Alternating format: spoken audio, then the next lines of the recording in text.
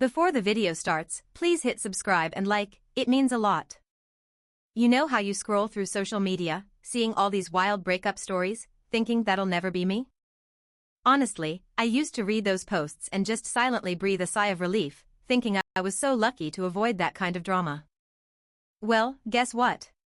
Here I am, about to share my own chaotic chapter, and believe me, it's far messier than I ever imagined. This isn't just some fleeting rant I'll delete later. I'm past caring about what anyone thinks. And I know some of you out there might label me as crazy or overly dramatic after hearing this. But I promise you, every single word I'm about to say is the absolute truth, and I'm not exaggerating a bit. If anything, I'm trying to hold back, to calm myself down, because even days later, my hands are still trembling. I apologize for the length of this, but I'm literally typing this out on my phone in my sister's quiet spare room. I truly cannot bear to be inside my own apartment right now. Every corner feels suffocating with memories. Before we dive in, please hit that subscribe button and give us a like, it really helps us out. Let's skip the typical beginning of our story because, frankly, that part was entirely unremarkable. You won't find any cute romantic comedy origins here, those details are entirely irrelevant to what truly unfolded. Instead, I'll fast forward to about a month ago, a time I've come to call before the calamity. That's precisely when everything began to unravel, transforming into something genuinely bizarre. I know everyone describes their relationship troubles as weird, but trust me, this was a whole new level of strange. My boyfriend, Daniel, suddenly started treating me as if I were merely an extra in his personal drama, not his partner. He'd be completely absorbed in his phone, not even on typical social media like Instagram, but buried deep in obscure collector forums about vintage comics and rare action figures. He'd simply glaze over me whenever I tried to initiate plans, like asking if he wanted to grab some tacos for lunch. I'd casually suggest, how about we go for some authentic street food, and he'd barely even glance in my direction. Before we start, please hit that like and subscribe button, it really helps us out. Ethan started pulling away, often just mumbling, I'm not feeling it. Can we just stay in tonight? But then, later, he'd head out alone and return with takeout, just for himself. Honestly, I didn't suspect infidelity at first, I simply thought he was going through something, perhaps burnout or depression. It was about 2 weeks ago when these small, unsettling remarks began to surface. On their own, they weren't grand statements, but living with someone, you feel every tiny, seismic shift. He'd say things like, you always overthink everything, Eleanor, or, I just need quiet. Can you not right now? These words made me feel suffocated, as if I couldn't even breathe sometimes.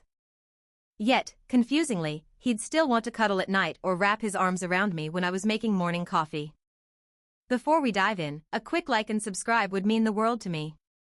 Back then, I just told myself, okay, Daniel's probably stressed, I'll give him some room. Honestly, I should have realized something was off when he started finding excuses to skip dinner at my parents' house. My mom once innocently pointed out he wasn't helping with the table, and he genuinely pouted for the rest of the night. After that awkward incident, he became remarkably busy whenever we had any sort of family gathering. He'd always claim he needed his precious alone time to fully recharge himself. My sister, Julia, thought he was being incredibly childish, but I, like an absolute fool, kept defending his every move. I'd constantly rationalize, he's just tired, or he's not great with people, making up any justification I could. Anyway, fast forward to last Friday, I spent a wonderful afternoon at a pottery workshop with my best friend, Chloe. She's actually in a group message thread with both me and Julia, so you'll definitely be hearing more about her later. We were there for about 3 glorious hours, just molding clay and getting delightfully messy together. Before the video starts, please hit the like button and subscribe to the channel for more content. I trudged through the door just past 9, the day's exhaustion clinging to me like a second skin. All I truly craved was a hot shower and some comforting, mindless takeout to numb the day's stresses. But there he was, Patrick, slumped on the sofa, the living room steeped in an unsettling shadow. Only the cold, stark glow of his phone screen illuminated his usually warm and inviting face. Hey, I mumbled, attempting to gently break the heavy silence that hung so thick between us. He didn't respond in kind, instead, a solemn, almost rehearsed "can we talk" pierced the quiet atmosphere. Oh, that tone. Anyone who's ever navigated the complexities of a relationship knows that tone all too well. It's always a clear precursor to dread, a stark signal that nothing good, absolutely nothing, is about to follow. I reluctantly sank onto the cushion opposite him, still clad in my paint-splattered joggers from my evening art class. He then let out a dramatic, drawn-out sigh, as if bracing himself for some monumental, truly unbearable task ahead. "Look, Clara," he began, his voice flat, utterly devoid of any warmth or familiar emotion, "I hate to be blunt, but I honestly feel like you're draining my energy." I actually snorted, a sharp, involuntary sound escaping me, because I genuinely thought he was attempting a joke. Like, who genuinely uses that phrase outside of a cheesy self-help podcast or a truly bad breakup cliché these days? But his expression was utterly grim, completely unyielding, his eyes staring straight through me as if I wasn't there. He just kept going, his words unnervingly cold and meticulously measured. I need a break from all of this. Before we start, please hit the like button and subscribe to the channel, it really helps. He looked at me with an unreadable expression, then uttered the words that would shatter my world / I need to remember what freedom truly feels like. I need space / could you just not text or call for a while? I need to clear my head / he added, his voice disturbingly calm, devoid of any warmth or regret. Without another glance, Mark stood up and casually picked up his travel bag, which I then realized was already packed and leaning by the door. In that instant, a cold wave of realization washed over me. This wasn't a spontaneous outburst, this was a calculated, premeditated departure.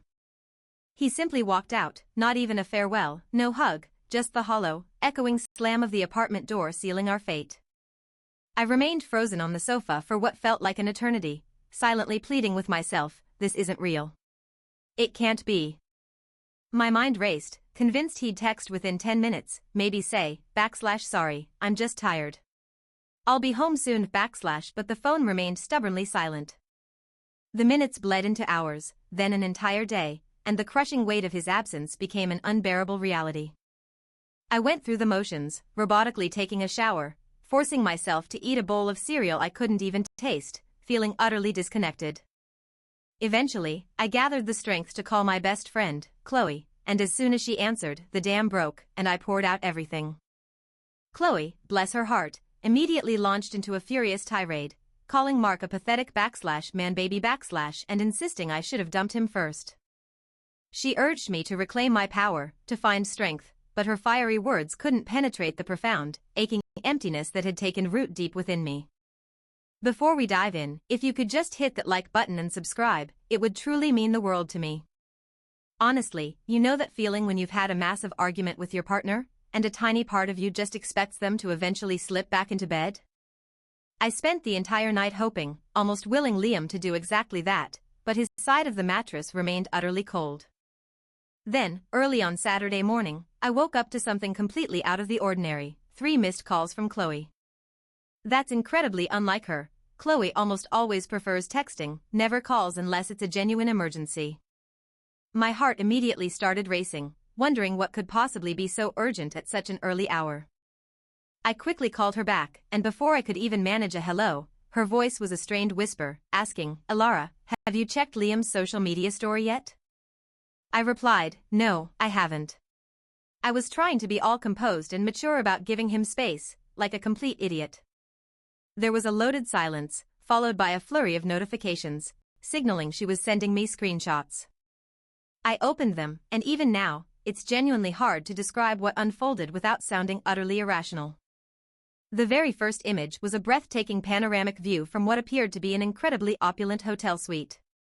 The city skyline stretched out endlessly under a beautiful sunrise, clearly indicating a stay at some exclusive, high-end establishment. Before the video begins, please hit the like and subscribe buttons, it really helps us out. So, the next post showed a table at a restaurant, one Mark had conveniently never taken me to. 2 wine glasses, a big juicy steak, and some tiny, exquisite dessert were perfectly arranged. Then, a boomerang video appeared, a hand, adorned with a specific bracelet, delicately clinking his glass. I immediately knew it wasn't my jewelry, nor Chloe's, nor Isabella's, our closest friends. And it most definitely wasn't anything his mother would ever choose to wear. A cold dread settling in, I frantically scrolled through my own camera roll, searching for answers. My heart sank as I recognized that very distinct bracelet.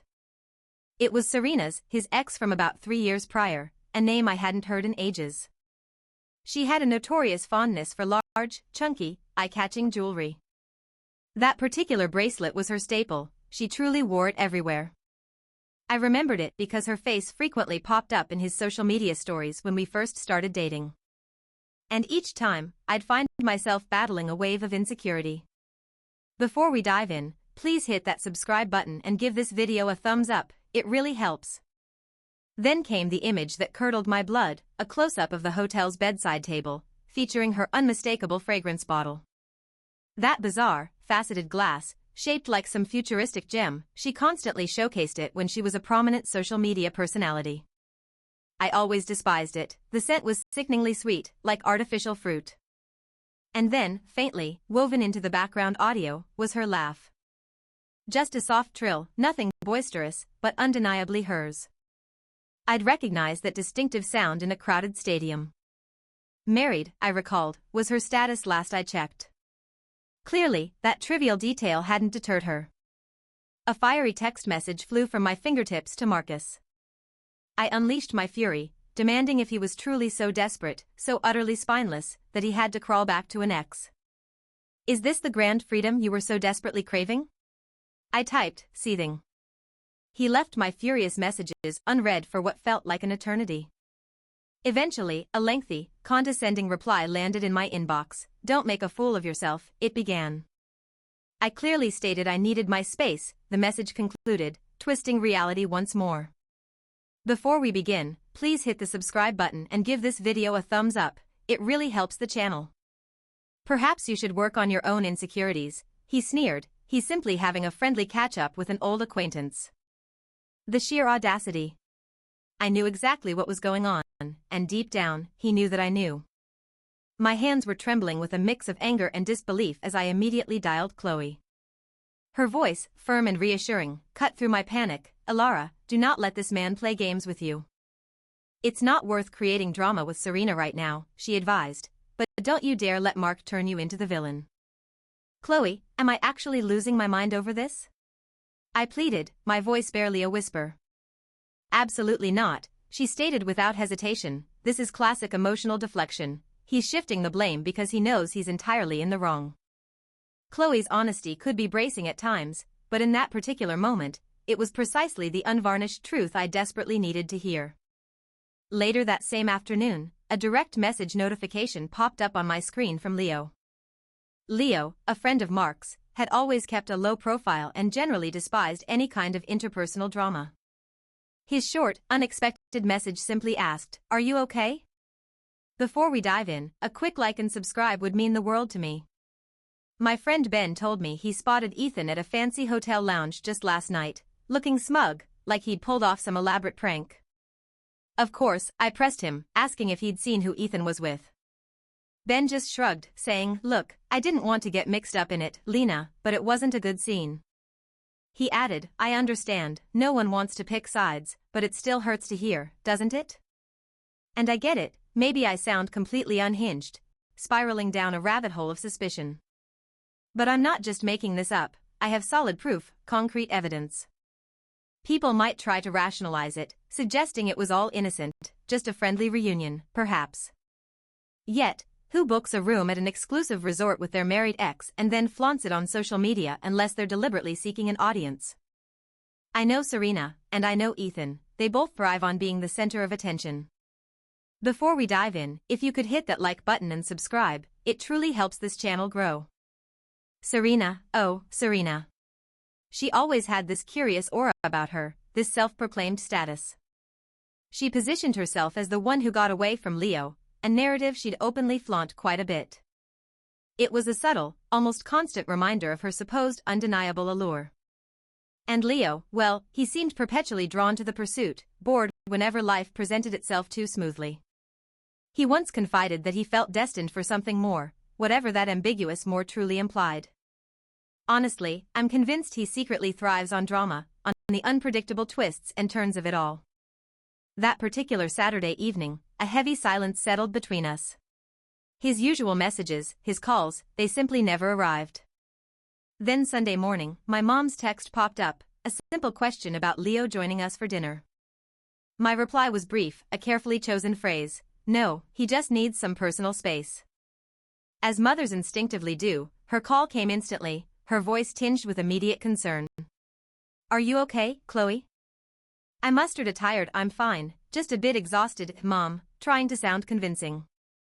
She offered to come right over, to be there for me, but I gently, yet firmly, declined her comfort.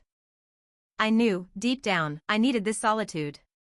I needed to confront the chaos and decide my next move. Before we begin, please hit that like button and subscribe to our channel, it really helps us out. My friend, Maya, kept reminding me, you don't have to put up with disrespectful behavior. And Alara, deep down, I knew she was speaking the truth, yet accepting it felt like climbing a mountain. But by Sunday morning, something shifted inside me, a potent wave of anger had finally taken root. It wasn't about wishing for Marcus to return, but about him understanding that he couldn't trample my feelings and then parade his feigned sorrow on social media. With a newfound resolve, I meticulously cleared out the apartment, gathering every last item of his into a defiant heap near the entrance. I wasn't discarding them, I was simply asserting that his presence was no longer welcome within these walls. I sent him a blunt message: your belongings are ready for collection. Predictably, he left my message unread, so I sealed everything into a sturdy bin bag and placed it right outside the apartment door. When Marcus finally appeared that Sunday evening, his gaze scrupulously avoided mine, a silent admission of his cowardice. Before we dive in, please hit that like button and subscribe, it truly helps me out. Mark just stood there, gathering his things, and had the audacity to tell me, "You're being overly dramatic." My response was immediate, a sharp retort: "And you, Mark, are nothing but a coward." He mumbled something under his breath, barely audible, as he reached for his noise-canceling headphones from the coffee table. I instinctively pushed his arm away, a physical barrier to his attempt to casually walk out. His eyes flashed, and he snapped, "Don't you dare touch me." My voice, though trembling slightly, was firm. "Then get out, Mark, just leave." I know what some people might say, the inevitable advice echoing in my mind. They'd suggest I should have tried to talk it through, been the bigger person in that moment of raw emotion. But honestly, I'm utterly exhausted by playing that role, I'm completely done with it. I owe him absolutely no politeness, zero courtesy, when he's been treating me like a disposable backup plan. If my presence genuinely feels like a drain to his energy, then he's free to go recharge his spirit somewhere far away from me. Now, I'm simply left to sift through the messy wreckage of what used to be our life together. Thankfully, my amazing friend Olivia has offered her spare room, a sanctuary where I can crash for a few days. And Chloe, bless her heart, is doing her absolute best to distract me with a constant stream of hilarious online videos and endless reality TV binge-watching sessions. Before we dive in, a quick like and subscribe would mean the world. Trust me when I say, that was just the appetizer, not even the main course of this bewildering saga. While the exact blueprint is still forming, one undeniable truth remains: Mark won't simply vanish from this mess unscathed. Oh, I have a strategy brewing, and if Mark is looking for theatrics, he's about to get a standing ovation. Seriously, if you've endured this far, my hat's off to you. Your patience far exceeds mine at this very moment. I'll keep you posted as events unfold, but a strong intuition whispers that this narrative is only just commencing. Okay, consider this my inaugural update. Precisely 1 week has elapsed since my last confession. I'm still comfortably, or rather, uncomfortably, nestled at Chloe's, making full use of her slightly lumpy pull-out sofa. And, quite frankly, her rescue border collie, Shadow, has clearly decided I'm his favorite human these days. Before we dive in, please hit that subscribe button and give us a like, it really helps the channel grow. I can barely stand being in my apartment these days, every forgotten item of Mark's, from his endless collection of coffee mugs to the crumpled shirts I still find, just fuels this simmering rage inside me. And seriously, do men just accumulate an absurd amount of laundry they can't manage? Is it a universal thing, or just a Mark thing? But honestly, the breakup itself isn't what's truly crushing me, it's the insidious way he twisted everything, making me question my own sanity. He had the audacity to sit me down right here, in my own living room, and tell me I was emotionally exhausting, that I needed to work on myself and my possessiveness. Then, less than 24 hours later, he's flaunting pictures on social media from some exclusive rooftop bar with Serena, a woman who is explicitly, unequivocally, married. And he still expects me to believe I'm the one with the problem, the unhinged ex? I know how it sounds, like I'm spiraling, but can you blame me when the evidence is so glaringly obvious? This isn't about jealousy, it's about being gaslit and then having the truth thrown in my face with such blatant disrespect. Before we dive in, please hit that like button and subscribe for more stories. I often tried to rationalize it, thinking, Evelyn, maybe you're just seeing things that aren't there, inventing scenarios. But deep down, a certainty gnawed at me. I distinctly remembered the visual cues and the unmistakable sounds echoing in the background of his posts. It's those mundane, almost invisible details that truly reveal the truth, isn't it? Just yesterday, opening Sarah's refrigerator, I felt an unexpected lightness, free from calculating how many eggs to save or ensuring enough almond milk for Marcus's elaborate morning blends. Later, reaching for my phone charger beside the bed, I smiled, realizing I no longer needed to hide it from someone who perpetually borrowed and rarely returned it. It's peculiar, these tiny, everyday freedoms are what make the separation tangible, far more than any dramatic confrontation. But now, let's shift our focus back to the man who set this whole messy affair in motion. Before we dive in, a quick like and subscribe would mean the world to me.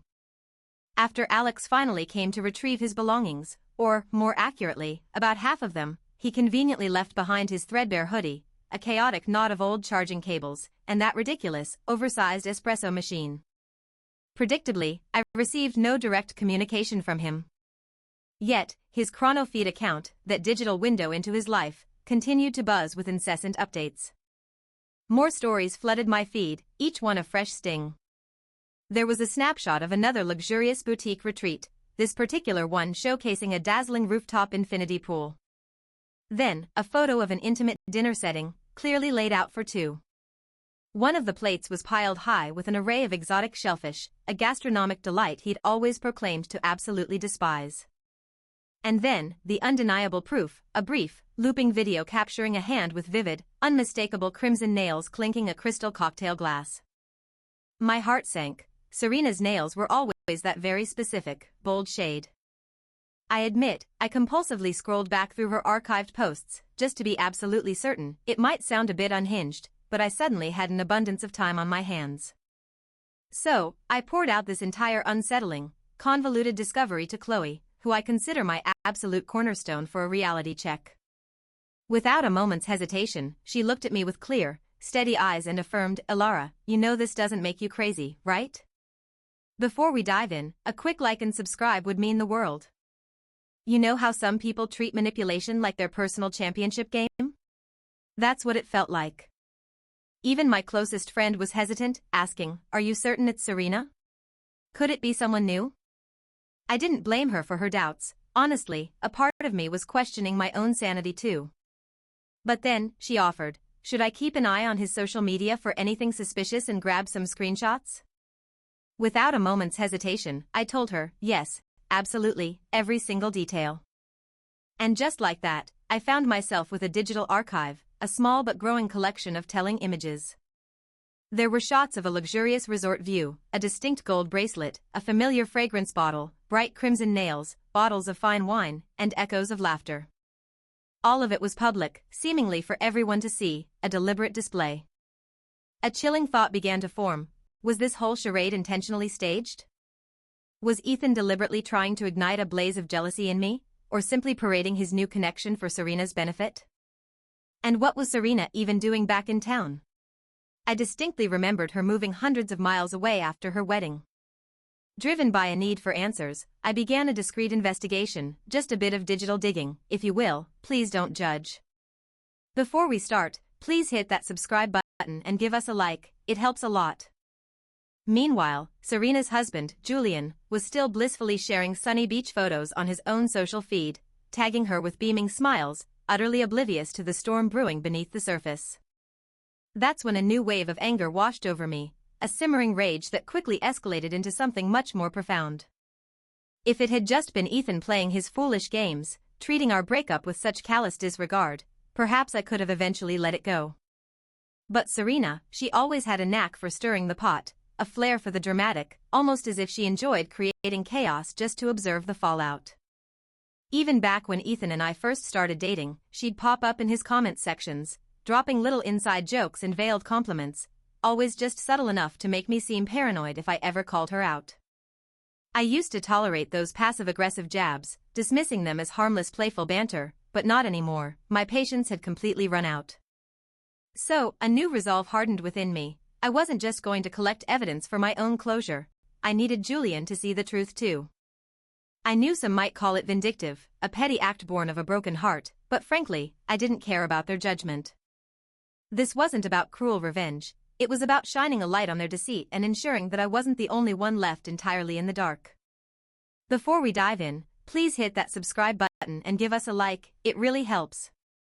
When your entire world feels like it's burning down around you, it's simply unfair for only your hands to feel the scorching flames. I never pictured myself as that girl, the one who embraces chaos and drama with open arms. But after years of playing the patient, accommodating partner, something inside me irrevocably snapped. If they're determined to throw explosive grenades into my life, I'm certainly not going to stand by politely holding a teacup. The tricky part of this whole situation revolved around David, Isabella's unsuspecting husband. Our paths had crossed only once, very briefly, at a casual group gathering some time ago. He struck me as genuinely kind, perhaps a bit reserved, and definitely not the type to willingly step into a brewing storm of conflict. So, I reached out to Chloe, my closest confidant, who immediately questioned, "Are you absolutely certain about taking this drastic step?" My response was unwavering, "Yes, I am. I just urgently need his contact information." Chloe hesitated for a long moment, suggesting, perhaps it's simply better to just walk away and let all this fade into the past. But I firmly told her that wasn't an option for me any longer. I couldn't bear to remain in this state of absolute helplessness for another second. Before we dive into today's story, don't forget to hit that like button and subscribe to the channel for more drama. So, my amazing friend, Vivian, finally pieced together the fragments of my fractured relationship, her eyes widening with understanding. It felt like a small weight lifted just having someone else truly see the depth of Peter's betrayal, not just hear my confused ramblings. She promised to start subtly asking around, to see if anyone else had noticed anything, any whispers, any inconsistencies that might help me. But while I waited for her amateur detective work to unfold, the universe, it seemed, had a faster, more direct messenger for me. My phone buzzed with a private message, a notification from Victor, Peter's friend. Victor was always the one who swore off drama, the guy who'd rather disappear than be caught in the middle of any conflict. Yet, with an almost comical regularity, he always found himself neck-deep in it. His message was chillingly concise / saw Patrick at the Grand Hotel again /. My breath hitched, a familiar cold dread washing over me, because I already knew where this was going. Then the words that confirmed my darkest suspicions followed / this time with Genevieve, and they were all over each other / all over each other. The phrase echoed in my mind, a blunt instrument hitting me despite already being shattered. He added, almost apologetically, / sorry if this hurts, but you really needed to know a / My fingers trembled as I typed back, thanks, but honestly, I already knew, deep down. But Victor wasn't done, his next suggestion was a spark in the brewing storm. / you should really talk to Julian / he urged, referring to Genevieve's unsuspecting husband. / I'm trying to figure out how / I confessed, but it's not exactly easy to just call someone's husband out of the blue. That's when Victor made an offer that would change everything, solidifying my path to exposing the truth. / I can give you his email address / he whispered back through text, / but you absolutely cannot tell him it came from me. I promise / A promise sealed, a secret exchanged, and a new weapon placed firmly in my hands. I found myself at Vivian's kitchen table moments later, my trusty laptop open, the glow of the screen reflecting the grim resolve in my eyes. Composing that email to Julian felt like writing a manifesto, a declaration of war, and it took me at least 5 agonizing attempts. Each draft was either too emotional, too aggressive, or too vague, failing to capture the cold, hard facts while conveying the sheer magnitude of their betrayal. But finally, after countless revisions, I had it, a message that was both precise and devastating, ready to unleash chaos. Before we dive into today's story, please hit that subscribe button and give us a like, it truly helps us out. The cursor blinked on my screen, poised over the send button, a pivotal moment that felt both liberating and terrifying. Part of me worried I might come across as irrational, yet a deeper conviction insisted that the recipient truly deserved to see the evidence. I carefully attached all the incriminating screenshots, each one a stark testament to the deception I had endured. My message was brief, direct, and tried to convey a sense of reluctant duty. I truly regret sending this, but I believe you have a right to full transparency. I explicitly stated, my intention isn't to ignite conflict, only to bring the hidden truth into the light.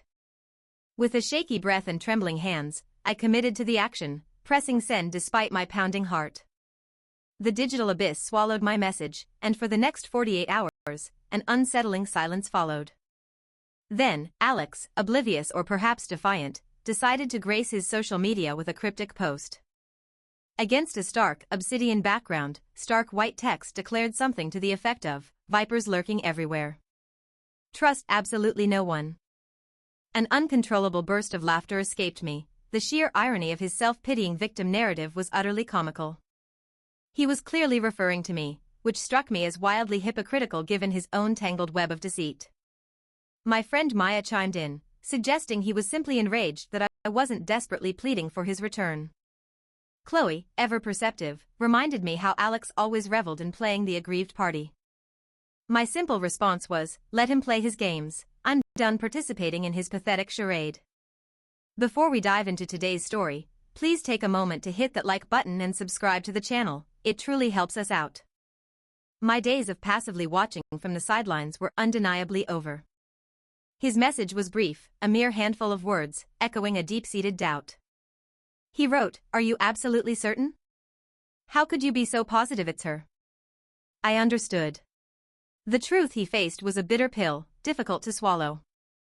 So, without further delay, I compiled and sent an even more extensive collection of screenshots. These included older photos from Serena's social media, clearly displaying that identical bracelet. The distinctive perfume bottle was visible in the background, along with her signature vibrant red nails. My reply was simple, I deeply apologize, but this isn't something I would ever fabricate. He didn't respond directly, yet by the following morning, David's entire Instagram profile had vanished into privacy. Serena's account swiftly followed, becoming inaccessible to the public eye. Chloe, my friend, remarked, looks like she's definitely trying to hide now. Hannah mused, perhaps he confronted her about everything? Honestly, I didn't possess the answers, nor did I particularly care to seek them out. My part was played, I had fulfilled my obligation, whatever the outcome. Then, completely out of the blue, my phone vibrated with an incoming call from Mark. Not a casual text message, but a direct, ringing call. I just let it ring, watching his name flash, refusing to pick up. Before we dive in, a quick heads up, if you haven't already, please hit that subscribe button and give this video a like. It really helps the channel. He called again, his name blazing on my screen. For the third time, I finally picked up, utterly fed up with the incessant buzzing vibrating my entire apartment. Mark didn't waste a single second with pleasantries, his voice immediately erupted. "What the hell do you think you're doing, Evelyn?" he shrieked, the anger practically seeping through the phone. "You're actively trying to ruin my life." I took a deep breath, letting his frantic energy wash over me without taking root. "I'm simply ensuring that everyone knows the truth, Mark," I responded, my voice surprisingly steady. He scoffed, a bitter, dismissive sound. "You didn't have to drag Arthur into this. You're being utterly petty, vindictive, and frankly, a complete lunatic." His words, once potent enough to shatter me, now felt like mere bluster, empty and weak. "You're the one who started this entire charade, not me, Mark," I stated, unwavering. "You're obsessed, Evelyn," he spat, his tone dripping with condescension. "You clearly need professional help." A genuine laugh bubbled up from deep inside me, a freeing, almost joyous sound. "Perhaps you should try getting your own life in order before attempting to dissect mine," I quipped, feeling a surge of satisfaction. Without another word, he abruptly hung up, the line going silent. A peculiar calm washed over me afterward, something I hadn't anticipated. I thought I would feel a pang of guilt, a flicker of remorse, but there was nothing. Only a profound sense of peace and a quiet vindication. Later, Chloe, always my voice of reason, affirmed, "Evelyn, you absolutely did the right thing." And Isabella, with her keen insight, added, "He's clearly projecting all his own failings onto you, darling. Don't let it touch you." Their words echoed my newfound inner conviction, solidifying my decision. Before we dive in, if you could hit that like button and subscribe, it would truly help me out. My phone buzzed incessantly, a text from Leo, filled with frantic words about Ethan completely losing his mind. He claimed I had single-handedly destroyed everything, but my only thought was a quiet, satisfied excellent. And just when I thought the drama couldn't escalate further, Isabella's direct message arrived, a digital epic starting with an explosion of capital letters. It was a furious tirade, demanding to know how dare I and insisting that my actions were none of my concern. She concluded her rant by asserting I was just envious because Ethan chose her in the end. But honestly, I wasn't even angry. A quiet, almost dismissive laugh escaped me. My reply was simple and direct: jealousy isn't the issue, Isabella. It's about being deceived and manipulated. Predictably, she left my message unread, the scene receipt hanging there, a silent confirmation. Later that afternoon, as I headed back to my apartment to collect a few essential items, I spotted Ethan. He was waiting right outside my door, his hands jammed deep into his pockets. He looked utterly forlorn, like a stray dog abandoned in the rain, a pathetic figure I barely recognized. Before we begin, please hit the like button and subscribe for more stories like this. I faced him, my voice steady despite the tremor that tried to betray me. "What exactly do you want, Patrick? Why are you even here?" He shifted uncomfortably, his gaze darting around the room, avoiding mine. I just want to talk, Clara. Please, let's just talk." My jaw tightened, a bitter smile playing on my lips. "Talk then," I challenged, crossing my arms, daring him to begin his defense. He took a shallow, shaky breath. I never meant for any of this to go this far, for things to get so out of hand. I scoffed, a humorless laugh escaping me. "Oh, this far? You mean getting caught, don't you? That's what you truly regret." His eyes finally met mine, filled with a strange, entitled anger. "You didn't have to involve Charles in this mess, Clara." My gaze was unyielding, a reflection of my newfound strength. "Perhaps you should have considered that consequence before inviting your married ex-girlfriend, Genevieve, to a luxury hotel suite." He ran a frustrated hand through his hair. "You're only making everything so much worse, escalating an already difficult situation." I stood my ground, my voice clear and unwavering. "You already made it bad, Patrick. I'm just making it fair for everyone involved." He started to take a step closer, his hand tentatively reaching out, but I instinctively raised my arm, a silent but firm barrier between us. "Don't," I warned, my voice a low, steady command that left no room for doubt. "Don't you dare touch me." He recoiled, stepping back abruptly, the unspoken tension in the small space thickening, becoming almost palpable. The air crackled with a storm of unspoken accusations and raw emotion as the conversation inevitably escalated, turning into a fiery confrontation. He then launched into a familiar tirade, a desperate attempt to shift blame, pointing fingers at me for everything that had transpired. "You never truly listened to me, did you?" he spat, his voice laced with resentment. "You always made me feel so trapped and misunderstood." He continued, his words a desperate, misguided attempt to justify his deceit. "Genevieve understands me in a profound way you never could, Clara. Before the video starts, please subscribe and hit the like button, it truly means a lot to me." "Then go ahead and be with her, just leave me out of it," I declared, my voice steady despite the tremor in my hands. Mark, my ex-boyfriend, scoffed that it wasn't that simple, as if my pain was somehow a complex puzzle. But for me, I asserted with unwavering conviction, it absolutely was that straightforward. He then accused me of being cold, his eyes narrowing with a misplaced sense of victimhood. I fired back, stating I was simply being honest, cutting through his manipulative narrative. My resolve solidified as I pointed to the door, ordering him to leave my apartment immediately. He slammed his hand against the nearest wall, a jarring sound echoing in the silence, before storming out in a fit of impotent rage. My friend Chloe, who had witnessed the entire dramatic confrontation, gave me a look of pure admiration, declaring, "You're a legend." All I could feel was an overwhelming weariness, a desperate wish for this entire painful ordeal to just finally be over. Later that evening, my other amazing friend, Lily, arrived armed with a carefully selected assortment of comfort food, snacks, and a much-needed bottle of wine. We immersed ourselves in the mindless escapism of reality TV, a perfect distraction, and she extracted a crucial promise from me: no more contact with Mark. Not a single text, not even one, she emphasized firmly, knowing my tendency to waver. I met her gaze, and with a deep breath, I solemnly promised to abide by her rule, understanding its vital importance. She then reminded me gently, a soft smile gracing her lips, "You are far stronger than you give yourself credit for, Evelyn." My only fervent wish at that moment was to finally close this painful chapter, to genuinely be done with all the lingering heartache. My mom called shortly after, her voice thick with worry, asking if she needed to drive up to be with me. I reassured her, a warmth spreading through me, explaining I had Chloe and Lily, my personal guardians, right by my side. Before we dive in, a quick like and subscribe would truly mean the world. I remember trying to reassure my friend, whispering, "I'll be okay," even though my heart was still a tangled mess. She looked at me with such compassion, reminding me, "It's completely valid to feel angry right now, Luna." And I just nodded, a quiet I know escaping my lips, acknowledging the tempest brewing inside me. Later that evening, exhaustion finally claimed me, and I drifted off to sleep right there on the living room sofa. Waking up abruptly, the first thing I noticed was my phone buzzing with 10 missed calls from Ethan. A strange calm settled over me. I just stared at the screen, not even tempted to pick up. The very next day, a text from Alex popped up, reporting Ethan's latest smear campaign.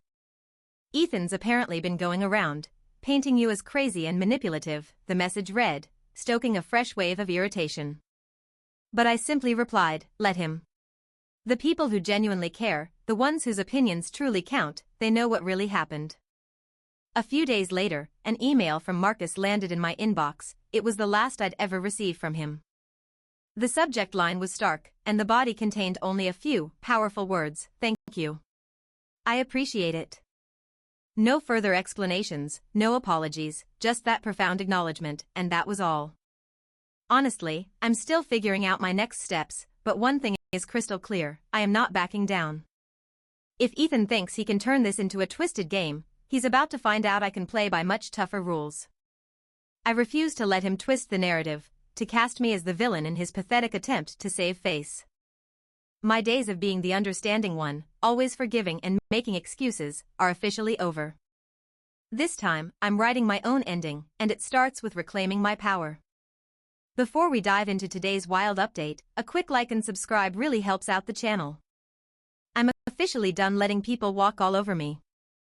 If you're out there reading this and thinking I went too far, maybe I did, but honestly, I'd do it all over again without a second thought. You can only strive to be the bigger person for so long before you truly realize that sometimes, getting a little petty is absolutely essential just to survive. So, I promised I'd update if anything else happened, and here we are for the second update. Alright, so I'm back, because apparently, this story is never truly over, and the drama keeps unfolding. For those of you who might be new here, let's do a quick recap to catch you up to speed. My ex-boyfriend, Liam, suddenly became distant, his affection turning cold and his presence withdrawn. Then, out of nowhere, he delivered the classic "You're draining my energy, and I need my freedom" speech, completely blindsiding me with an abrupt breakup. I was left reeling, consumed by confusion and a profound sense of loss, wondering what I had done wrong.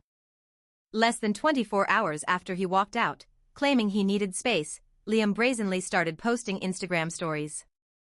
These weren't just any stories, they were from an exclusive beachfront resort, featuring him having a grand time with his married ex, Isabella. My stomach dropped when I noticed unmistakable details: a unique silver charm bracelet Isabella always wore, the distinctive gardenia perfume she loved, and her signature designer scarlet handbag. The realization hit me like a tidal wave: all the evidence was undeniable, and the betrayal was crushing. When I confronted Liam about his blatant disrespect and infidelity, he twisted the narrative. He gaslighted me, calling me jealous, unhinged, and accusing me of embarrassing myself with my accusations. Despite the anger and lingering confusion, I clearly realized that I wasn't crazy, I was being lied to and manipulated.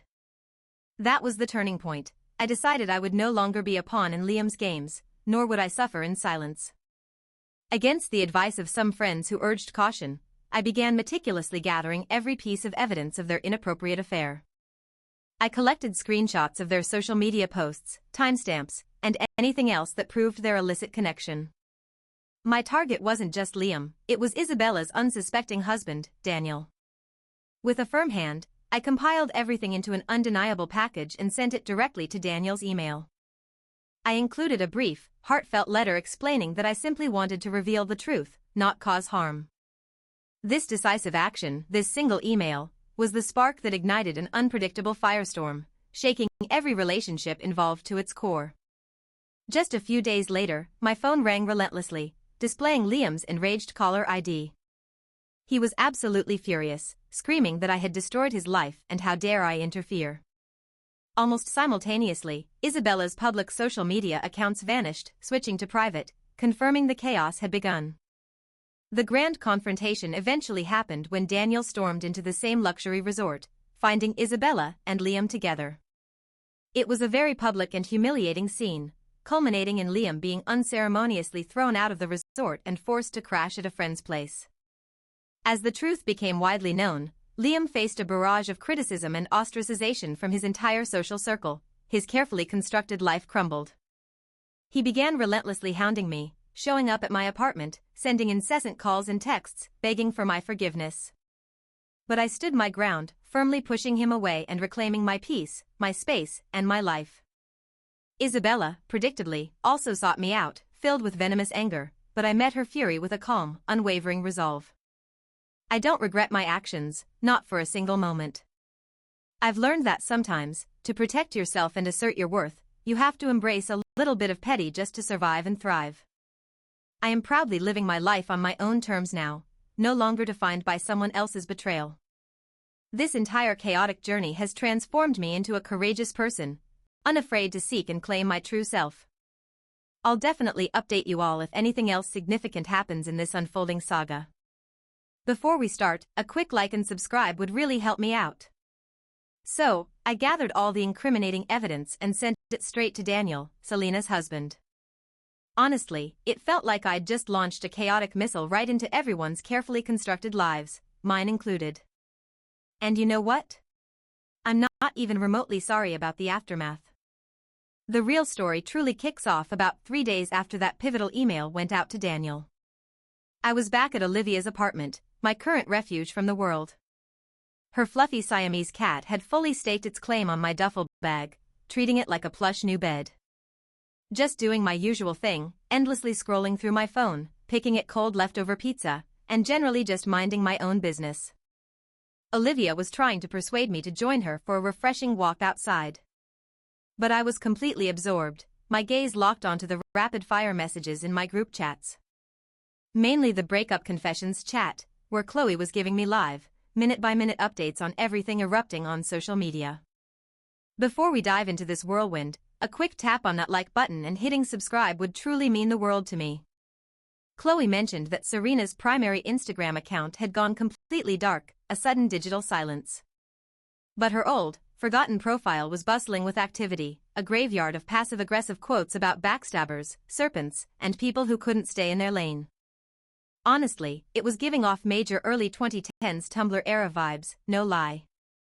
I just shrugged, I'm not sure. Perhaps he's still processing everything, letting it sink in slowly.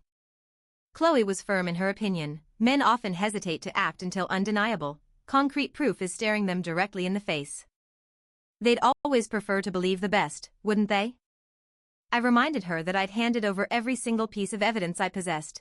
My part was officially done. It really shouldn't be my burden anymore, truly.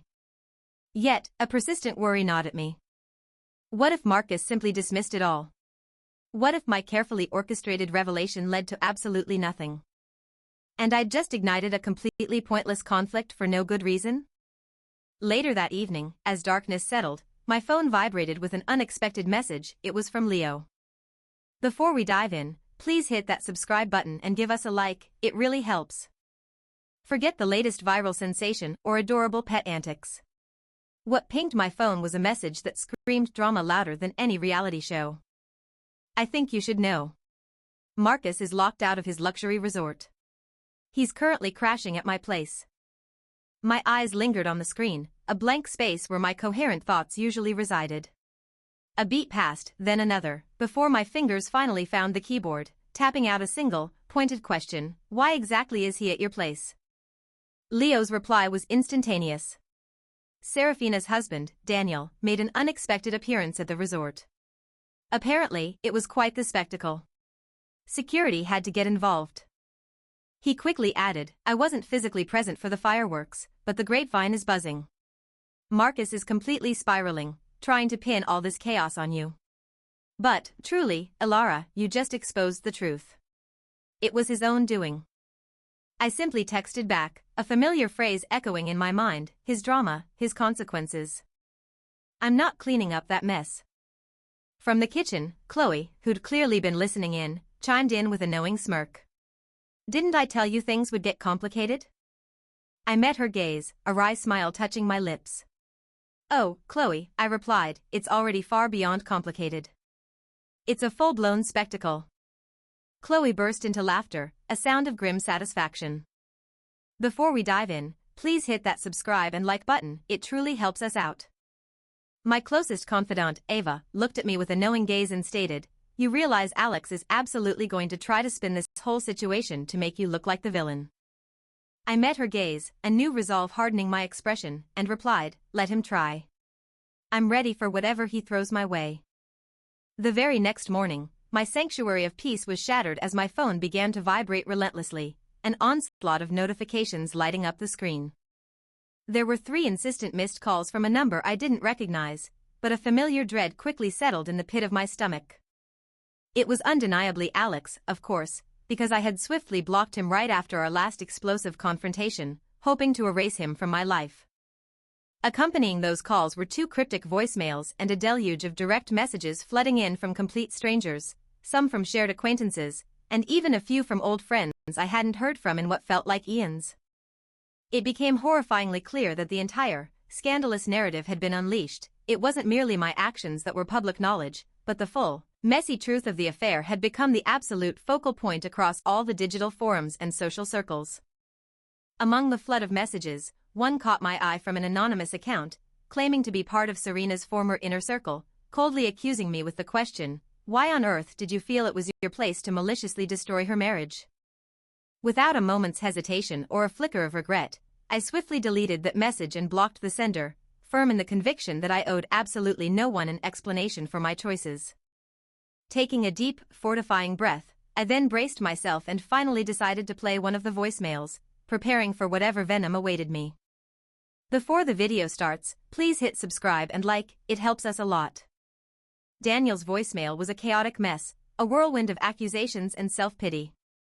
One moment, his voice was seething with rage, claiming I had deliberately sabotaged his entire life.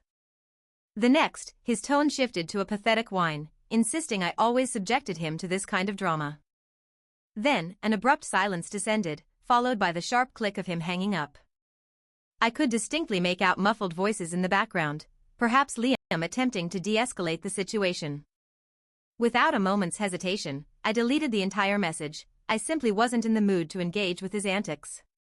Later that afternoon, a strong desire for familiar comfort pulled me back to my own apartment. Olivia's guest room had been perfectly adequate, but I desperately craved my own clothes and personal space. More than anything, I truly missed the comforting ritual of brewing coffee with my dependable espresso machine. The apartment building felt eerily quiet, a welcome and stark contrast to the recent turmoil.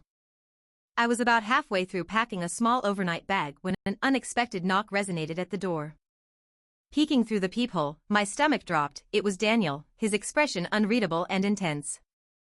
For a long moment, I seriously considered ignoring him completely, pretending I wasn't home. But then, another, much louder and more insistent rap quickly followed, leaving me no choice. Opening the door just a crack, I demanded in a low, firm voice, "What exactly do you want here, Daniel?" His voice was a low, urgent murmur, cutting through the silence. Eleanor, let me in.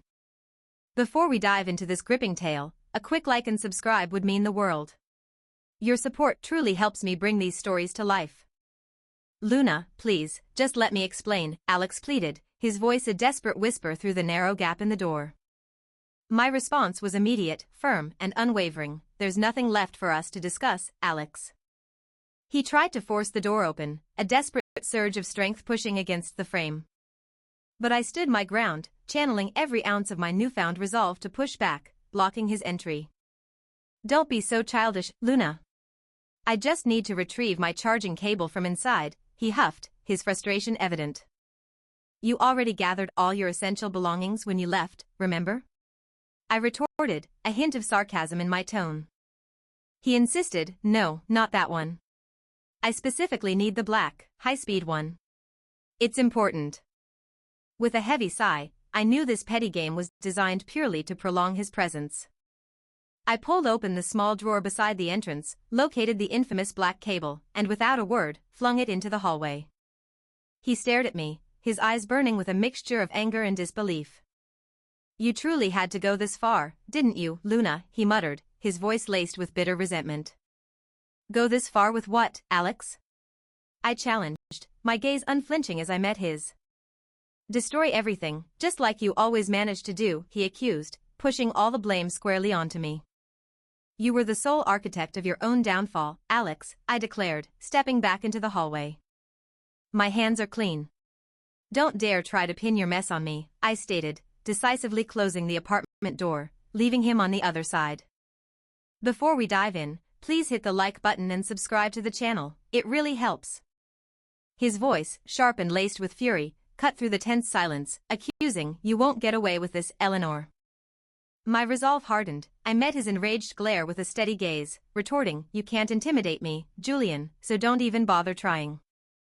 He scoffed, stepping closer, a sneer twisting his lips, you fancy yourself a hero, don't you? But you're just bitter because Serena chose me. A humorless laugh escaped my throat, the irony of his words stinging, she picked you? From where I stand, it looks like neither of you chose wisely. Julian's face contorted in a mask of rage as he lunged forward, closing the space between us aggressively. Without a second thought, I pushed him firmly back, creating a needed distance between us. He stumbled, catching his balance with an angry curse, before turning abruptly and storming down the apartment hallway, his footsteps echoing in frustration. I stepped back into the quiet sanctuary of my apartment, slamming the door shut with a resounding thud that seemed to seal away the chaos. Reaching for my phone, I immediately called Maya, needing to share the fresh encounter. After hearing my account, Maya was incensed, her voice sharp with protective anger, if he ever tries that again, you call me immediately. I'll be there in a heartbeat. I reassured her, I appreciate it, but I assure you, I can handle myself. Maya's tone remained firm, her concern unwavering, I know you can, Eleanor, but I'm absolutely serious about this. Before we dive into today's story, I'd be incredibly grateful if you could hit that subscribe button and give this video a like, it truly helps the channel grow and reach more people. The world outside might have been spinning, but in that moment, Sarah's steady voice was my anchor, pulling me back from the emotional precipice. Clara, don't let him corner you. Her words, a blend of fierce protectiveness and unwavering belief, resonated deep within me, striking a chord of defiance I hadn't realized I possessed. I met her gaze, a flicker of something new, perhaps resilience, perhaps cold resolve, in my own eyes, and with a conviction that solidified in the air between us, I replied, I won't. I absolutely will not. Later that evening, the heavy silence of my apartment was broken by the cheerful clatter of takeout containers as Sarah, a beacon of normalcy, arrived. The comforting aroma of our favorite Korean fried chicken and spicy tteokbokki filled the air, a welcome distraction from the lingering scent of betrayal that had clung to my space. We collapsed onto the plush cushions of my sofa, the worn fabric a familiar embrace, and immersed ourselves in a marathon of ridiculously cheesy reality dating shows. It was a deliberate, unspoken agreement to talk about anything and everything except the men who had, for too long, consumed our thoughts and disrupted my peace. Sarah, her attention momentarily diverted from a particularly dramatic rose ceremony, turned to me, a knowing glint in her eyes. She revealed, with a conspiratorial whisper, that the hotel rendezvous was now the hottest topic of whispered conversation at her upscale gym. She recounted how she'd perfected the art of strategic ignorance, offering only polite, vacant smiles when the scandalous details were being dissected by the treadmills. A faint, almost foreign sense of satisfaction bubbled up within me as I confessed, honestly, it's almost a relief, a strange kind of vindication. I continued, my voice low but steady, it's refreshing to know that people are finally gossiping about Patrick, about his actions, instead of constantly questioning my sanity. For weeks, I had carried the invisible burden of judgment, the subtle insinuations that I was the crazy ex, and now, the narrative was finally twisting. Sarah, ever pragmatic and keenly aware of Patrick's manipulative playbook, warned me, you know he's going to try and spin this, Clara. He'll frame himself as the victim, no doubt. A weary smile touched my lips, devoid of bitterness, only a profound sense of detachment. Let him, I simply stated, the two words holding an unexpected weight. Her brow furrowed slightly, her usual warmth replaced by a thoughtful observation. You know, Clara, you're colder than I thought you'd be through all this. I let out a slow, deliberate breath, a sigh that felt like it carried the accumulated exhaustion of a lifetime. I'm just tired, Sarah. Bone-achingly, soul-deep tired of the charade. It wasn't malice or cruelty, it was the profound weariness of having fought for so long, of constantly defending my reality against his calculated gaslighting. The emotional reservoir had simply run dry, leaving behind a quiet, resolute emptiness rather than raging fury. 2 days drifted by in a haze of muted existence, the world feeling both distant and sharply focused on my newfound quietude. Then, an unexpected ping from my phone shattered the delicate calm, pulling me back to the periphery of their tangled web. It was a message from Genevieve, her name a stark reminder of the woman who had helped unravel my life. But this time, the words weren't a furious tirade or a self-justifying monologue, they were deceptively simple, almost saccharine, hope you're happy. I reread the message, searching for a hidden barb, a veiled accusation, but it presented itself as disturbingly benign, almost an olive branch. A part of me, the old, naive Clara, wondered if it was genuine remorse, a flicker of humanity peeking through the chaos she had caused. But the stronger, wiser part knew better, it was a calculated probe, an attempt to elicit a reaction, to draw me back into the emotional quicksand. I stared at the glowing screen for a long, silent moment, the option to reply a glaring temptation, a doorway back to their manipulative games. But I didn't engage. My thumb hovered, then moved to lock the screen, extinguishing the light, silencing the silent call for engagement. My silence was my answer, my refusal to respond, a deliberate act of reclaiming my power and denying her the satisfaction of my attention. A few hours later, another notification appeared, this time an email, its subject line stark against the white of my inbox. It was from Carl. And I knew, with a certainty that settled deep in my bones, that the true fallout had only just begun to unfold. Before we begin, please hit that subscribe button and give this video a thumbs up, it truly helps me out. A simple message arrived from Daniel, just 2 words, thank you again. My response was brief, honest, I'm sorry it had to be me. There was no reply after that, and in truth, I didn't expect one. The silence, however, was soon broken by a series of texts from Leo, providing an unexpected update. He reported that Mark was not doing well, barely sleeping, and drinking far too much.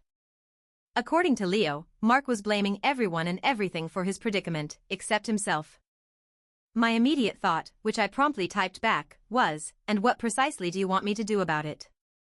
Leo's next message explained his intent, nothing, I just felt you deserved to know. He then added a surprising revelation, to be honest, I never cared for the way he used to talk about you.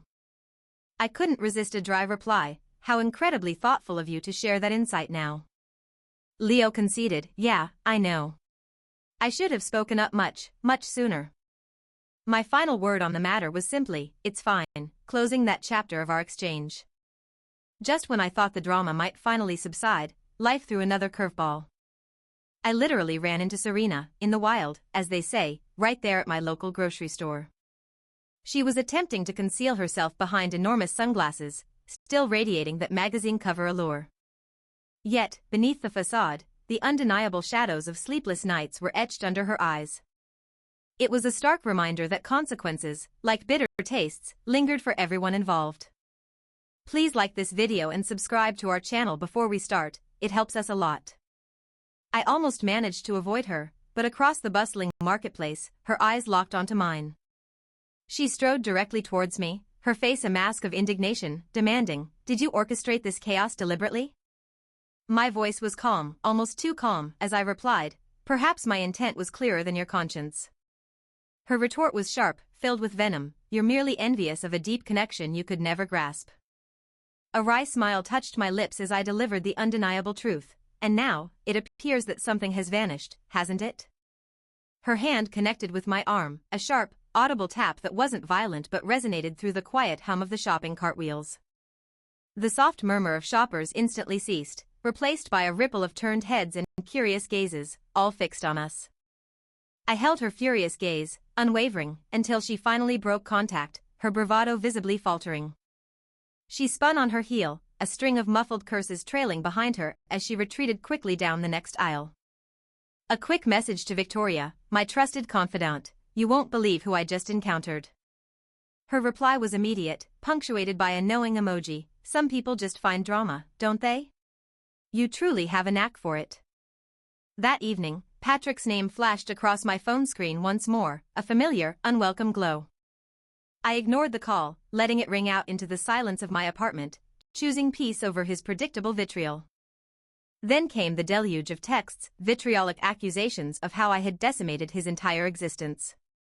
He raged about public condemnation, how judgment now followed him everywhere like an inescapable shadow. He dramatically claimed I couldn't possibly comprehend the profound isolation of being universally despised by everyone he knew. But his words, once powerful, now held no sway. I simply deleted them, reclaiming my mental peace and narrative. Before we start, please hit the like and subscribe buttons, it really helps the channel. His desperate call echoed in my mind, but my fingers flew across the keyboard, typing a response that felt like a shield. "You did this to yourself, not me." There was no remorse in my words, only a stone-cold truth, a stark realization that the architect of his own downfall wasn't me, but his own deceit. I watched it, letting it ring until it stopped, anticipating the inevitable voicemail that would follow. And just as expected, there it was, a chilling, silent recording, just his heavy breathing, then a click, a void of sound amplifying his unspoken frustration. That was it, the last thread of patience snapped, and I blocked his number once more, severing the digital lifeline he desperately clung to. Even Chloe, my ever-supportive friend, couldn't help but ask, her voice laced with a hint of curiosity and apprehension. "Do you ever regret it?" "Any of it," she queried, sipping her lavender tea, her eyes searching mine for a flicker of doubt. I met her gaze, unwavering, and replied without hesitation, "No, not at all." "Not even a little," she pressed, perhaps hoping to find some lingering vulnerability beneath my armor of resolve. "Maybe," I conceded, exhaling slowly, "I wish it hadn't been quite so public, that the spectacle hadn't unfolded for everyone to see. But honestly, Chloe, deep down, I'm glad Serena finally got what was coming to her, the truth needed to surface." A small smile played on Chloe's lips as she shook her head, a mix of admiration and surprise in her expression. "You're absolutely savage, Clara," she declared, a playful glint in her eyes, acknowledging the fierceness I'd finally unleashed. I returned her smile, a genuine, powerful one this time, stating with quiet conviction, "You have no idea, my friend, no idea at all." The next day dawned with a sense of finality, a crisp morning air filling my apartment as Maya and I embarked on the last ceremonial act. Together, we packed up the last lingering remnants of Ethan's presence, items that still held the ghost of his deceit, into a nondescript cardboard box. Each item placed inside felt like shedding a layer, reclaiming my space, my peace, my very self from his manipulative shadow. We taped it shut, a symbolic closing of a painful chapter, and Maya penned a brief, direct note on the lid. It simply read, "Come get it, or it's going in the trash." No exceptions, no second chances. We then carried the box down to the building's lobby, leaving it by the concierge desk, a clear message sent into the universe. Later that afternoon, Mia received a furious text from Ethan, his words dripping with venom and a sense of bewildered outrage. "You're both absolutely insane," his message blared, a desperate attempt to weaponize his favorite tactic, gaslighting and accusations. Maya merely glanced at it, a smirk playing on her lips, before typing out her equally defiant and concise reply, "Try us." True to his character, full of empty threats and hollow bravado, Ethan never showed up to claim his belongings. That uncollected box, sitting in the lobby until eventually discarded, became a powerful symbol of his abandonment and my absolute freedom. It was then, standing in my now truly liberated apartment, that I realized I had not only survived but thrived, stepping into a new, empowered version of myself. Before we start, please hit the like button and subscribe, it truly helps me out. Sarah told me point blank, "You need to change your locks, Clara." And honestly, I was already one step ahead. I immediately contacted my building manager, paid the ridiculous administrative fee, and within hours, I had a brand new set of keys in my hand. That night, for the first time in what felt like an eternity, I actually slept through without waking up in a cold sweat. So, yeah, that's exactly where I'm standing right now. I'm not here to apologize, not for a single thing. And I'm certainly not going to pretend I'm on some spiritual journey of healing or moving on or whatever cliché people expect me to say. My sole mission is to wrestle my life back from the jaws of chaos that Ethan brought. But I'm not naive enough to believe this story is over. If there's one undeniable truth I've uncovered about Ethan, it's that he has an uncanny inability to ever truly let anything go. And on that front, neither do I. If he decides to stir up trouble again, you can bet I'll be right back here updating you. For now, I'm just yearning for one blessed week free from his relentless voicemails, his incessant drama, and maybe, just maybe, a single day where I don't have to justify my existence to anyone. But honestly, I'm not holding my breath for it. Before we dive into today's drama, a quick favor, please hit that subscribe button and give this video a thumbs up, it genuinely makes a huge difference for me. Well, here we are again, I suppose. This really does feel like it could be my final dispatch in this whole wild saga, unless Liam somehow manages to invent a brand new, even more spectacular way to humiliate himself publicly. But honestly, I'm starting to think he's finally, truly, run out of fresh ideas for chaos. His well of absurdity must be completely dry by now, which is almost a relief. It's quite amusing, looking back, because when I first started sharing all of this, I was mainly just hoping for a little bit of external advice or perhaps simply to scream my frustrations into the vast, anonymous void of the internet. But it turns out, reading through all your incredible comments and seeing your unwavering support here has been exponentially more helpful than any well-meaning but ultimately unhelpful advice my real-life friends tried to offer. I truly see every single one of you out there, and from the bottom of my heart, thank you for consistently reminding me that I'm not actually losing my mind over all this insanity. Or, at the very least, if I am indeed a little bit crazy now, then I'm certainly in the best possible company right alongside all of you, which honestly makes it feel a lot less lonely. So, without further ado, let's dive headfirst into the latest developments because, trust me when I say this, things have somehow managed to escalate and get even more incredibly messy. First off, the most bizarre aspect of everything that unfolded was the sudden, deafening silence, like a profound and utterly unexpected quiet that truly set my teeth on edge. This descended right after that absolutely unbelievable confrontation at the high-end gourmet market involving Serena, the one that ended with, well, that unforgettable scene. And yes, to quell any lingering doubts or disbelief, I can confirm without a shadow of a doubt that she truly, unequivocally, did that. It was witnessed by more than a few people, unfortunately. Before we start the video, please hit that subscribe and like button, it helps a lot. No, I didn't return the favor, though the urge to retaliate was certainly present. I simply watched Serafina storm away, her expensive sunglasses noticeably askew on her flushed face. For a solid 5 days after that dramatic outburst, my entire world became strangely quiet. My smartphone, usually a constant source of pings and notifications, remained entirely silent. Not a single furious message, no bewildering late-night calls, not even one of those vague, dramatic posts on social media screaming for attention. I actually began to genuinely believe it was finally over, that I could move past it all. I imagined settling back into my quiet, comfortable routine of productivity and casual online browsing. But then, just as I was getting comfortable with the new calm, a notification popped up, a voicemail from an unrecognized number. I instinctively dismissed the first one, thinking it was probably just a telemarketer or a scam call. Then came another, and shortly after, a third. By the time the sun had set, there were 4 distinct messages waiting. Curiosity eventually won, so I played one of them, half expecting some automated sales pitch. But no, it wasn't a scam. It was Noah. And his voice, it was utterly unfamiliar, nothing like I'd ever heard from him before. There was no indignant rage, no pretense of his usual calculated calm. Just a raw, unnerving tone of sheer desperation. Before the video starts, hitting that subscribe and like button would be a huge help. He wouldn't stop calling, a relentless stream of "can we talk" and desperate pleas for forgiveness. His voice kept catching, raspy and weak, sounding like he'd either been crying for hours or was terribly hungover, and honestly, both seemed equally likely. I just let all his messages and calls go unanswered. Then, reaching a new low, he started texting my sister, Nora. She, thankfully, sent me screenshots of his pathetic attempts. He wrote, "I need to speak with Eliza, please. I just need 5 minutes of her time." Nora, ever loyal, shot back, "You had your 5 minutes, remember? You completely squandered it."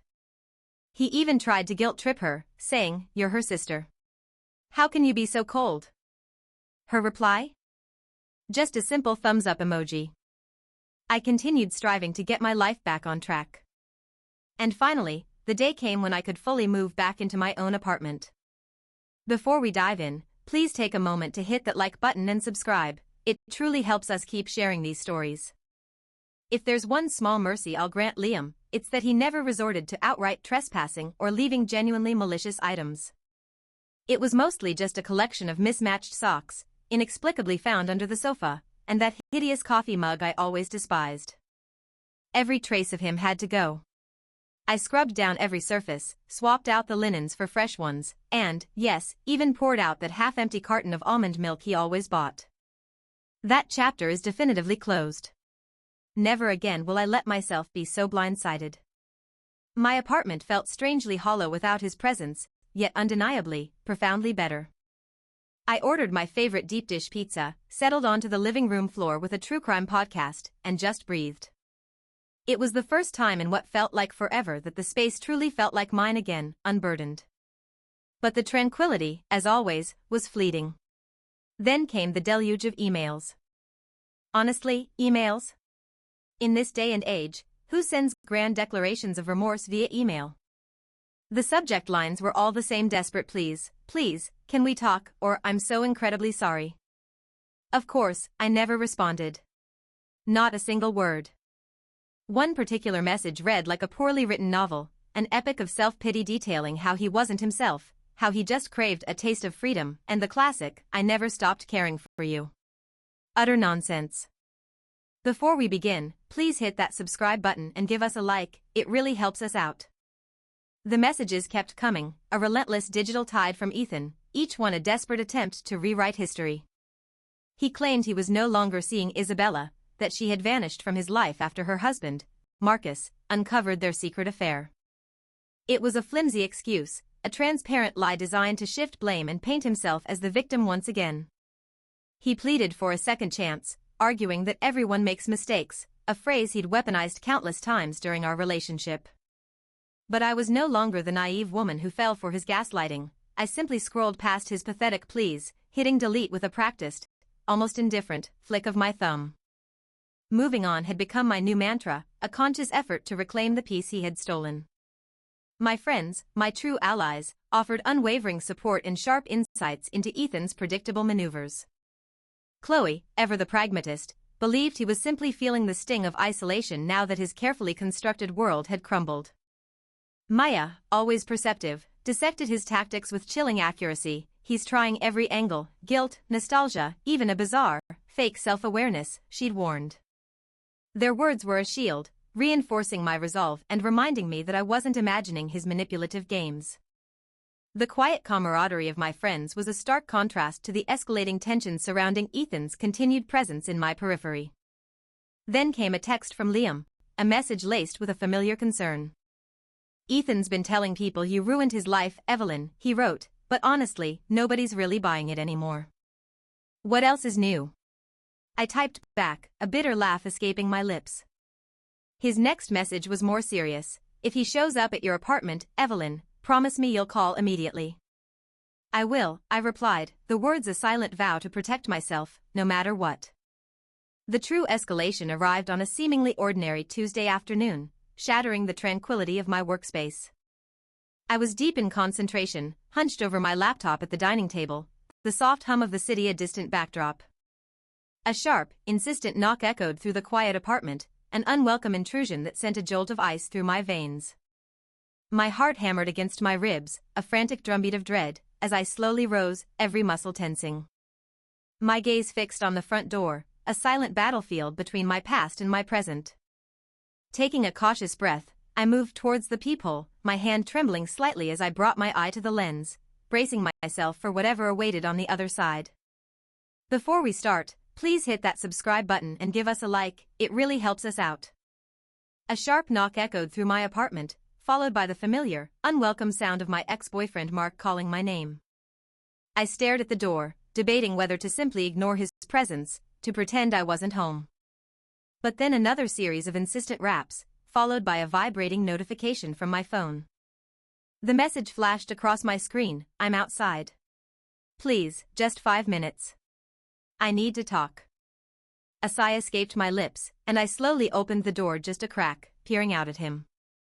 What do you want, Mark? I asked, my voice flat, devoid of any warmth. He stood there, his eyes bloodshot and swollen, a clear sign of sleepless nights and heavy tears. Evelyn, I need to talk to you, really talk, he pleaded, his voice cracking with desperation. Talk, I simply stated, offering no invitation for him to elaborate or come inside. He immediately launched into a familiar string of apologies, rehearsed words that held no weight for me anymore. I know I completely messed up, Evelyn. I've lost everything because of my foolishness, he confessed, looking utterly broken. That's not my concern, Mark. Your problems are no longer mine, I responded, my tone unwavering.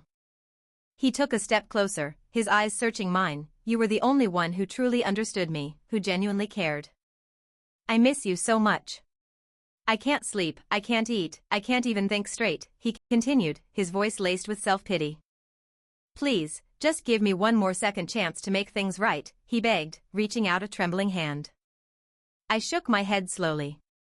You squandered not just a second chance, Mark, but a third and a fourth as well. I was incredibly stupid. So incredibly blind, he murmured, his gaze falling to his shoes.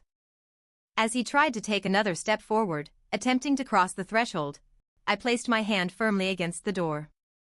I kept the sturdy wood between us, a tangible barrier reflecting the emotional chasm that now separated us irrevocably. If you haven't already, please subscribe and like this video. It really helps us out. He stood there, a shadow against my doorframe, uttering, Please, Alara, I'm begging you, just listen. I could barely stomach the sound of his voice, responding, Stop with the theatrics, Liam. It's absolutely sickening. He tried to reach for my arm, his hand moving slowly, but I recoiled instantly, swatting his touch away. A dark curse escaped his lips, and for a moment, he seemed on the verge of tears, just standing there, pathetic and lost. You need to leave, I stated, my voice devoid of any warmth, cutting through the silence. He mumbled, I have nowhere else to go right now, as if that was supposed to somehow sway me. And that, Liam, is precisely not my problem, I retorted, my patience wearing thin. He then muttered something incoherent about how I had single-handedly ruined his entire life. With a bitter laugh, I simply told him, Welcome to the club, Liam. You're just getting a taste of your own medicine. I slammed the door shut with a resounding thud, effectively sealing him out of my life, at least for that moment. Immediately, I grabbed my phone and quickly texted my friend Chloe. He showed up. Her reply was instant, Do you want me to come over, Alara? I can be there in 10. No, I'm genuinely fine, I typed back, wanting to handle this on my own terms. She advised, All right, but please let me know right away if he tries anything again, okay? I will, Chloe. Thanks, I promised, appreciating her unwavering support. After that dramatic encounter, it wasn't quiet, it became a relentless campaign of psychological warfare. There was a steady drip of manipulative guilt trips and increasingly desperate messages flooding my inboxes. Voicemails would appear at 2 in the morning, filled with his broken pleas and false remorse. Texts would arrive from a revolving door of new, unfamiliar numbers, always trying to find a way through my block. He even managed to send a Facebook message request once, a chilling reminder that he was still lurking.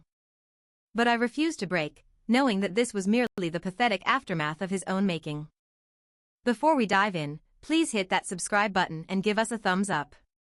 It really helps our channel grow. It was the same relentless barrage of apologies and pleas. I miss you, I'm truly sorry, please find it in your heart to forgive me, I'll do anything to make things right again. The messages kept pouring in, a never-ending torrent. Every unfamiliar number, every newly created social media account, they all met the same swift and decisive fate: blocked. It's startling how quickly you adapt to this rhythm of silencing someone, one firm tap at a time. My good friend, Leo, checked in, his voice tinged with a little melancholy. He mentioned he's become somewhat of an unwelcome presence, practically an outcast, within our once shared wider social circle. A few acquaintances still harbor resentment towards me for exposing the whole messy truth, for airing our dirty laundry publicly. Yet, I sense a far more pervasive weariness towards Mark's constant theatrics and never-ending drama among the vast majority. Chloe, always the astute observer and a true realist, made a point. She remarked that he's a predictable loop, much like a skipping vinyl record playing the same distorted tune again and again. She confidently predicted he would inevitably tire himself out, then simply fixate on a new, unsuspecting target. Before we start, a quick subscribe and like would mean the world to me. I remember telling myself that I wouldn't allow him another opportunity to twist the narrative and cast me as the antagonist. One evening, while enjoying dinner at Chloe's apartment, she gently probed, asking if the thought of forgiving Marcus ever crossed my mind. My response was immediate and unequivocal, not even the slightest inclination. Chloe then pressed further, suggesting, "What about for the sake of closure, Alara?" I simply stated my belief that closure is often just a carefully constructed illusion. She chuckled softly, observing, "You've certainly become more formidable than I recall, Alara." I confessed, "I believe I've simply reached my absolute limit, there's nothing left to give." The final attempt Marcus made to intrude upon my life involved him appearing at my apartment building once more. On this occasion, however, I made a conscious choice not to acknowledge his presence or open the door. He lingered outside for approximately 15 agonizing minutes before finally departing. Sometime later, I discovered a crumpled note pushed beneath my entryway, simply bearing the words, "My apologies. I truly hope you find someone more deserving." Without a moment's hesitation or a second thought, I immediately discarded it. Then, completely out of the blue, a message arrived on my phone from Julian, Serena's husband. Before we dive in, a quick like and subscribe would truly mean the world. A simple message popped up on my phone, reading, "Hope you're doing better." My reply was equally brief and devoid of any lingering emotion, "Yeah, thanks." I didn't even bother to ask about Isla, or the chaotic aftermath of everything. Honestly, the intense curiosity that once consumed me simply isn't there anymore. It all feels like ancient history. It's now been exactly 3 weeks since the entire messy affair imploded, shifting my world irrevocably. And while I wouldn't label myself radiantly happy, a profound sense of lightness has undeniably settled in. I still occasionally catch glimpses of Marcus lurking from his obscure alternative social media accounts. He's liking random, incredibly old photos of mine, a truly pathetic digital ghost haunting the past. Yet, his online shadows no longer hold any power or sway over me, they're just faint echoes. This past weekend, I found myself thoroughly enjoying a delightful brunch with my wonderful friend Chloe. On a spontaneous whim, I splurged on an absolutely gigantic, slightly ridiculous houseplant for my living room. I also started a brand new series, which, ironically, I ended up hate-watching for the entire weekend. No, I'm certainly not completely healed or perfectly alright in every single way imaginable. But the burning, all-consuming anger that once fueled my every thought has finally dissolved into thin air. Mostly, I just feel a quiet exhaustion from the entire ordeal, yet an underlying, undeniable sense of pride. Before we delve deep into the labyrinth of my past, if you connect with this journey, please take a moment to hit that like button and subscribe to the channel for more raw, honest narratives. So, here you are, perhaps scrolling through countless stories online, and a fundamental, often agonizing question surfaces: is it truly ever justifiable to detonate your entire existence, to scorch the earth around you, all in the name of reclaiming your dignity? This isn't a hypothetical scenario. It was my reality, a precipice where I stood, contemplating the irreparable damage versus the liberation of truth. And I've come to understand that the answer is far from monolithic. It's rarely a simple, universal truth applicable to every situation. However, there are insidious, soul-crushing periods in life, often stretching over months, where someone meticulously works to dismantle your perception of reality. They chip away at your very foundation, convincing you that your feelings are irrational, your memories fabricated, and your intuition nothing more than a symptom of your own derangement. When they relentlessly strive to make you feel perpetually crazy, eternally small, insignificant in the grand scheme of things, a profound shift occurs within you. In those moments, the most powerful, unequivocally cathartic act isn't just to silently endure or to gracefully retreat. No, the ultimate liberation comes from standing tall, gathering every shattered piece of your conviction, and brazenly demonstrating that their narrative about you is a flimsy, manipulative construct. You prove, without a shadow of a doubt, that you are not crazy, that you possess immense strength, and then, with a profound sense of self-ownership, you finally, genuinely walk away. For so long, I subscribed to the ideal of being the bigger person, the one who would rise above, who would let injustices fade into the background for the sake of peace. I honestly never believed I possessed the capacity, let alone the audacity, to become that girl, the one who would expose the hidden truths, who would orchestrate a reckoning. Yet, here I am, having not only embraced that identity but worn it as a badge of hard-won experience. And if I'm being brutally honest with myself, with all of you, I truly believe I navigated the chaotic aftermath with a surprising amount of composure and integrity. My actions were not born of malice, but of a desperate need for vindication, for sanity, and for the right to define my own reality. To every single one of you, these beautiful, anonymous souls across the internet who have paused your busy lives to hear my unconventional tale, my deepest gratitude.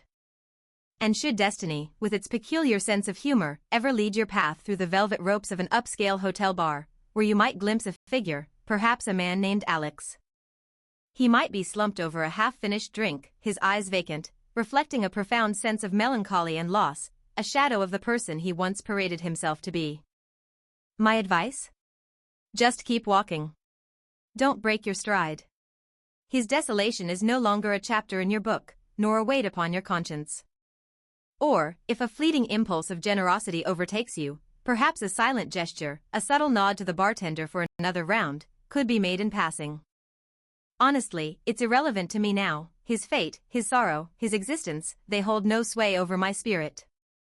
My energies are entirely channeled into cultivating the vibrant, sprawling garden of my own life, nurturing authentic connections, and embracing the boundless horizons of self-discovery. The convoluted, emotionally draining saga that once consumed my waking thoughts and dreams has finally, definitively, come to its rightful, liberating conclusion. I am, in every sense of the word, gloriously, fiercely, and undeniably free.